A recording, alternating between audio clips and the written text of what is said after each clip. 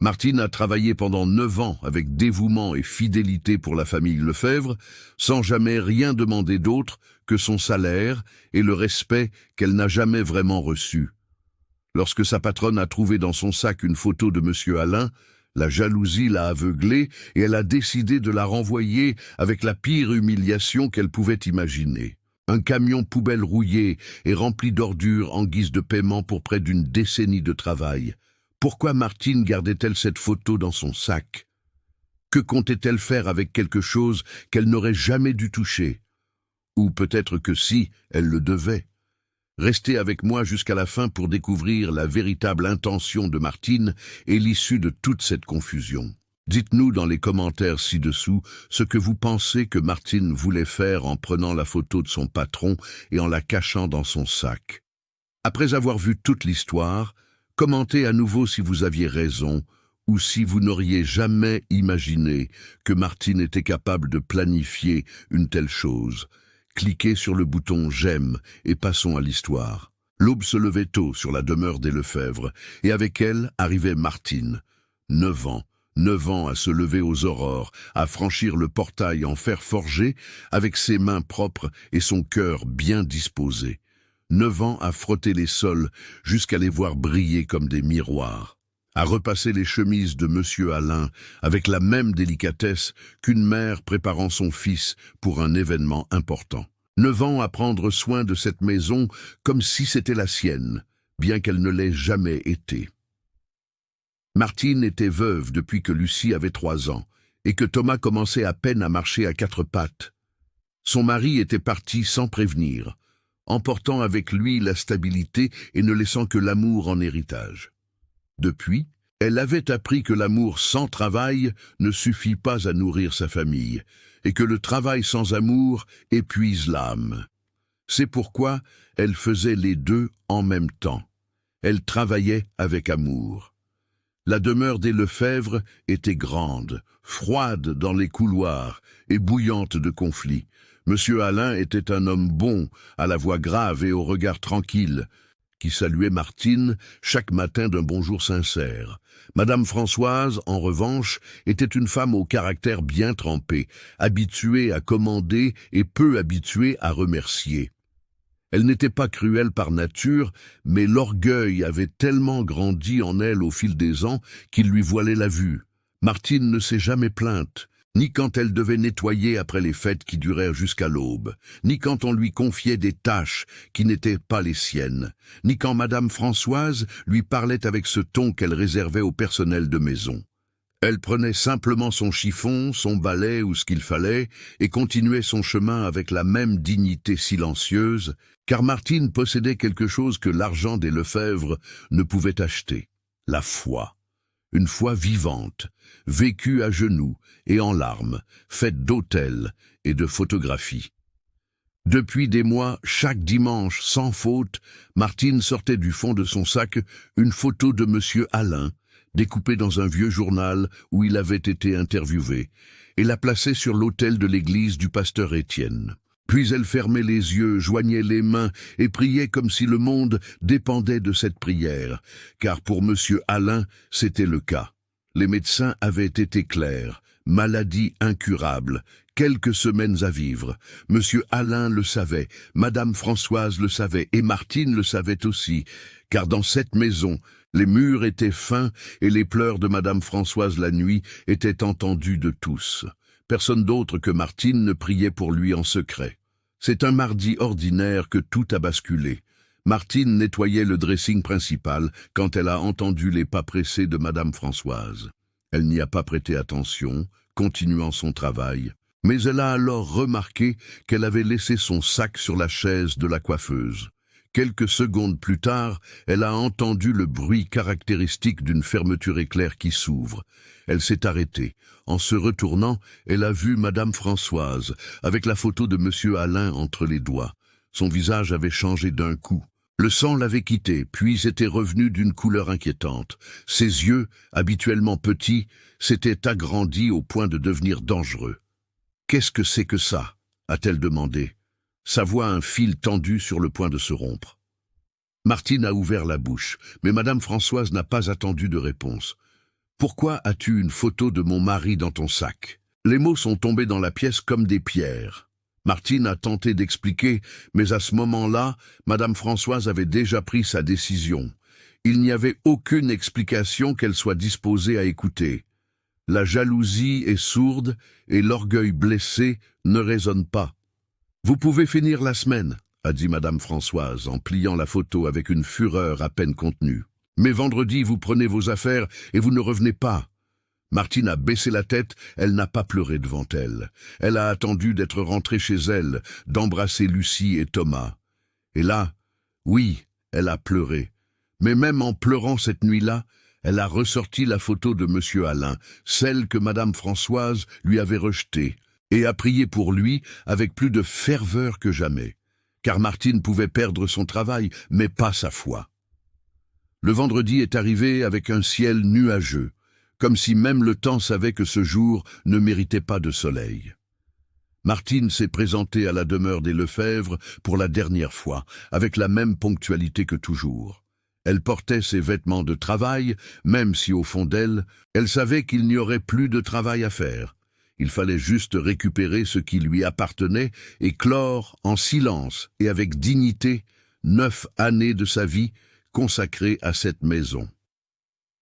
Madame Françoise l'attendait dans la cour avant.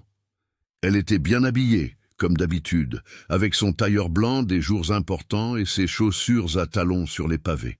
Il y avait quelque chose dans sa posture, cette façon de se tenir qu'elle avait quand elle voulait imposer son autorité, qui a prévenu Martine de loin que ce qui allait suivre ne serait pas simple. « Martine, » a dit Madame Françoise, sans préambule, et sans la regarder dans les yeux. « J'ai décidé que votre paiement pour toutes ces années serait réglé avec ceci. » Et elle a montré l'entrée de la cour. Martine a suivi la direction de sa main et a vu quelque chose qu'elle a mis quelques secondes à comprendre. Un camion poubelle, vieux, rouillé, la carrosserie rongée par le temps et la crasse de plusieurs années accumulée dans chaque recoin. L'arrière était ouvert, débordant de sacs noirs, de cartons mouillés, de déchets de toutes sortes. L'odeur arrivait avant la vue. Madame Françoise avait acheté ce camion spécifiquement pour cela. Ce n'était ni une négligence, ni une idée de dernière minute. C'était une décision calculée, choisie avec la précision froide de la rancœur. Elle voulait que Martine comprenne bien. Elle voulait que ça fasse mal. Et ça a fait mal. Martine est restée immobile devant le camion pendant un moment qui a semblé une éternité. Elle a senti le poids de chacune de ces 9 années lui tomber dessus d'un coup. Les levées à l'aube, les anniversaires qu'elle avait travaillés, les Noëls qu'elle avait passés à servir dans cette maison, pendant que ses enfants l'attendaient dans la sienne. Tout cela résumé en un camion poubelle rouillé et puant. Madame Françoise souriait, pas de joie, mais de cette satisfaction amère que ceux qui agissent par orgueil confondent parfois avec la justice. Martine a pris une profonde inspiration, a fermé les yeux un instant, et quand elle les a rouverts, il n'y avait aucune haine en eux. « C'est d'accord, madame », a-t-elle dit à voix basse. Madame Françoise a cligné des yeux, surprise malgré elle.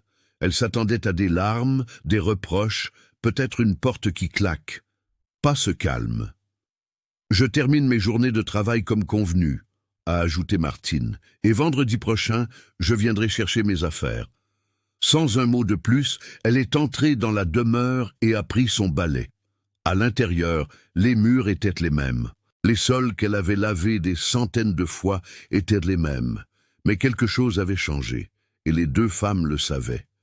Le silence entre elles n'était plus le silence neutre habituel. C'était le silence tendu d'une blessure ouverte que ni l'une ni l'autre ne nommait. C'est durant ces jours que l'état de M. Alain s'est aggravé. On l'a trouvé évanoui dans son bureau, un mercredi après-midi. Les employés ont appelé une ambulance. Madame Françoise est arrivée en courant de l'étage, le visage décomposé, et Martine, qui nettoyait le couloir voisin, l'a vue se faire emporter sur un brancard.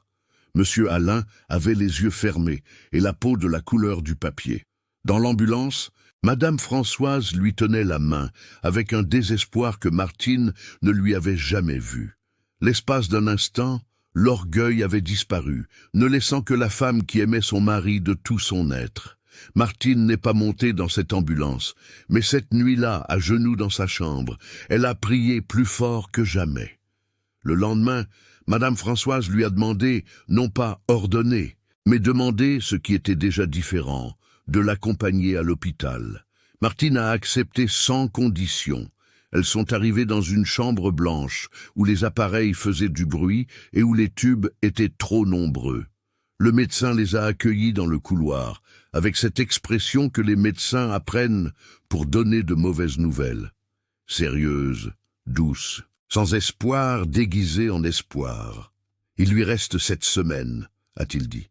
Je suis sincèrement désolé. » Madame Françoise a couvert sa bouche de ses 2 mains. Ses épaules ont tremblé. Tous ses titres, ses vêtements chers et son camion poubelle acheté par vengeance ne lui servaient à rien dans ce couloir blanc. Elle n'était qu'une femme sur le point de perdre l'homme qu'elle aimait. Martine a posé une main délicate sur son épaule. Elle n'a rien dit, elle était juste là. Et à ce moment, depuis l'entrée de l'hôpital, une voix familière a appelé son nom. « Martine !» Elle s'est retournée. À la porte se tenait le pasteur Étienne et sa femme Élise, leurs bibles à la main et la photo de monsieur Alain entre les doigts du pasteur. Ils étaient venus. Madame Françoise les a vus arriver et a froncé les sourcils. C'étaient 2 inconnus dans un hôpital où seules les personnes de son cercle, de son monde, auraient dû se trouver. L'homme était habillé simplement, avec une bible sous le bras et une expression tranquille qui a déconcerté Madame Françoise. La femme à ses côtés avait les yeux brillants, comme quelqu'un qui a longuement prié avant d'arriver. Et entre les mains de l'homme, il y avait une photo. « Qui êtes-vous » a demandé Madame Françoise, sa voix retrouvant pour un instant le ton de celle qui a l'habitude de tout contrôler. « Je suis le pasteur Étienne Morin » a-t-il répondu calmement. « Et voici ma femme, Élise. Nous sommes venus parce que Martine nous a prévenu que monsieur Alain était hospitalisé. Nous prions pour lui depuis des mois. » Madame Françoise a ouvert la bouche, mais c'est la photo qui l'a laissée sans voix. C'était la même image, le même visage de son mari, découpé dans le même journal avec le même pli dans le coin. « Comment cette photo est-elle arrivée entre vos mains ?» a-t-elle demandé. Et cette fois, sa voix n'était plus autoritaire, mais bien plus fragile. Le pasteur Étienne l'a regardé avec bienveillance avant de répondre. « Martine l'a laissée dans notre église il y a plusieurs mois. Chaque dimanche, sans faute, elle arrivait avec cette photo, la plaçait sur l'autel et priait pour la vie de cet homme. Elle nous a dit qu'il souffrait d'une maladie incurable et nous a demandé d'intercéder avec elle. C'est ce que nous faisons depuis. Toute notre communauté connaît le nom de monsieur Alain Lefebvre, madame. Nous avons prié pour lui comme s'il était l'un des nôtres. » Le couloir de l'hôpital est devenu silencieux. Madame Françoise s'est tournée lentement vers Martine. Elle l'a regardée d'une manière différente de toutes celles des 9 dernières années, sans le filtre de l'orgueil, sans la distance de l'argent, sans la jalousie qui l'avait aveuglée. Elle l'a regardé comme on regarde quelqu'un quand on le voit enfin pour de vrai. « Pendant tout ce temps, » a-t-elle commencé, la voix brisée avant de finir sa phrase. Martine a hoché la tête en silence. « Je ne vous l'ai jamais dit, madame, parce que vous ne croyez pas à ces choses. Et je ne voulais pas que vous pensiez que c'était une forme de pression. Je voulais juste que monsieur Alain vive. » Madame Françoise a senti quelque chose s'effondrer en elle. Le château de suppositions qu'elle avait construit dans sa tête, l'infidélité, la jalousie, la vengeance qu'elle pensait mériter s'est écroulée d'un coup, et sous les décombres se trouvait la vérité. Une femme humble qui avait apporté la photo de son mari dans une église pour demander un miracle. Rien de plus, rien de moins. Les larmes lui sont venues sans permission. « Vous pouvez entrer » a dit le médecin depuis la porte de la chambre d'une voix douce. « Mais je vous demande d'être bref. Il est très faible. » Ils sont entrés en silence. Monsieur Alain gisait dans le lit, les yeux fermés, connecté aux appareils qui mesuraient le peu de vie qu'il lui restait. Madame Françoise s'est assise à côté de lui et a pris sa main sans la lâcher. Le pasteur Étienne s'est approché du lit et a demandé avec respect « nous permettez-vous de prier pour lui ?» Madame Françoise, qui n'avait jamais de sa vie permis une telle chose, a acquiescé. Et c'est alors qu'il s'est produit quelque chose qu'aucun des présents n'oublierait jamais. Le pasteur, sa femme Élise et Martine ont formé un petit cercle autour du lit. Les trois voix se sont unies dans une prière qui a commencé en murmure et a grandi avec une intensité qui a rempli chaque recoin de cette chambre blanche. Martine pleurait en priant, les mains jointes et les yeux fermés, demandant avec toute la foi qu'elle avait accumulée en des mois de prières à genoux, de lever à l'aube et de dimanche à l'autel. Madame Françoise les observait depuis sa chaise, la main de son mari entre les siennes, et pour la première fois depuis longtemps, elle ne savait ni quoi dire, ni quoi faire. Elle ressentait simplement. Alors, par la fenêtre de l'hôpital, un rayon de lumière est entré. Ce n'était pas le soleil de l'après-midi, ni le reflet d'une vitre. C'était une lumière douce et chaude qui s'est posée sur le lit de M. Alain, comme si elle savait exactement où aller. La prière s'est terminée, et dans le silence qui a suivi, M. Alain a ouvert les yeux. M. Alain a ouvert les yeux lentement, comme quelqu'un qui revient d'un très long rêve. Il a cligné une fois, deux fois. Il a regardé le plafond blanc de l'hôpital, sans bien comprendre où il était. Puis, il a tourné la tête et a croisé le regard de sa femme, qui le fixait avec des yeux débordants de larmes et la bouche tremblante. « Françoise », a-t-il dit. Sa voix était rauque, mais réelle, complètement réelle. Elle a éclaté en sanglots, des sanglots contenus depuis des semaines. Elle s'est penchée sur lui, a pris son visage entre ses mains et a pleuré sans retenue, sans protocole, sans le tailleur blanc ni l'allure de grande dame qu'elle soignait tant. Elle a juste pleuré comme ce qu'elle était à cet instant, une femme qui venait de retrouver l'homme de sa vie. Le médecin est entré quelques minutes plus tard, attiré par le mouvement sur les moniteurs. Il s'est arrêté sur le seuil, a vérifié les appareils, a examiné M. Alain, a de nouveau vérifié les appareils. Son expression est passée de la confusion à quelque chose qui n'était pas exactement professionnel, mais complètement humain.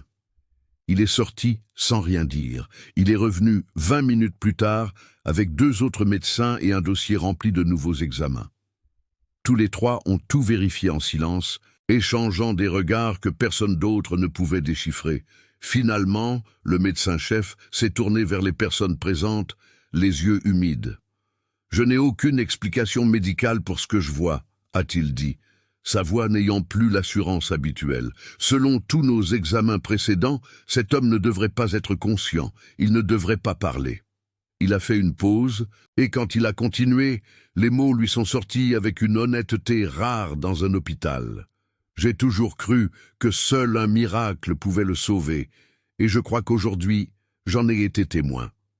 Personne n'a parlé pendant un moment. C'est le pasteur Étienne qui a rompu le silence, avec la voix tranquille de celui qui n'est pas surpris quand Dieu répond, car il sait depuis des années qu'il répond. « Merci », a-t-il dit en regardant vers le ciel. Madame Françoise a lâché lentement la main de son mari, s'est levée et a fait quelque chose que personne dans cette pièce n'attendait. Elle a marché vers Martine et sans un mot est tombée à genoux devant elle. Martine a reculé d'un pas, surprise. « Madame, non, je vous en prie. »« Si, Martine, tu dois me laisser faire, » l'a interrompue Madame Françoise, sa voix un fil brisé et sincère. Les larmes coulaient sans qu'elle ne fasse rien pour les arrêter. Elle a regardé Martine d'en bas, de cet endroit inconfortable et inhabituel où l'orgueil n'a pas sa place, et a parlé avec une clarté douloureuse. « Je t'ai accusé sans t'écouter. Je t'ai humilié alors que tu ne le méritais pas.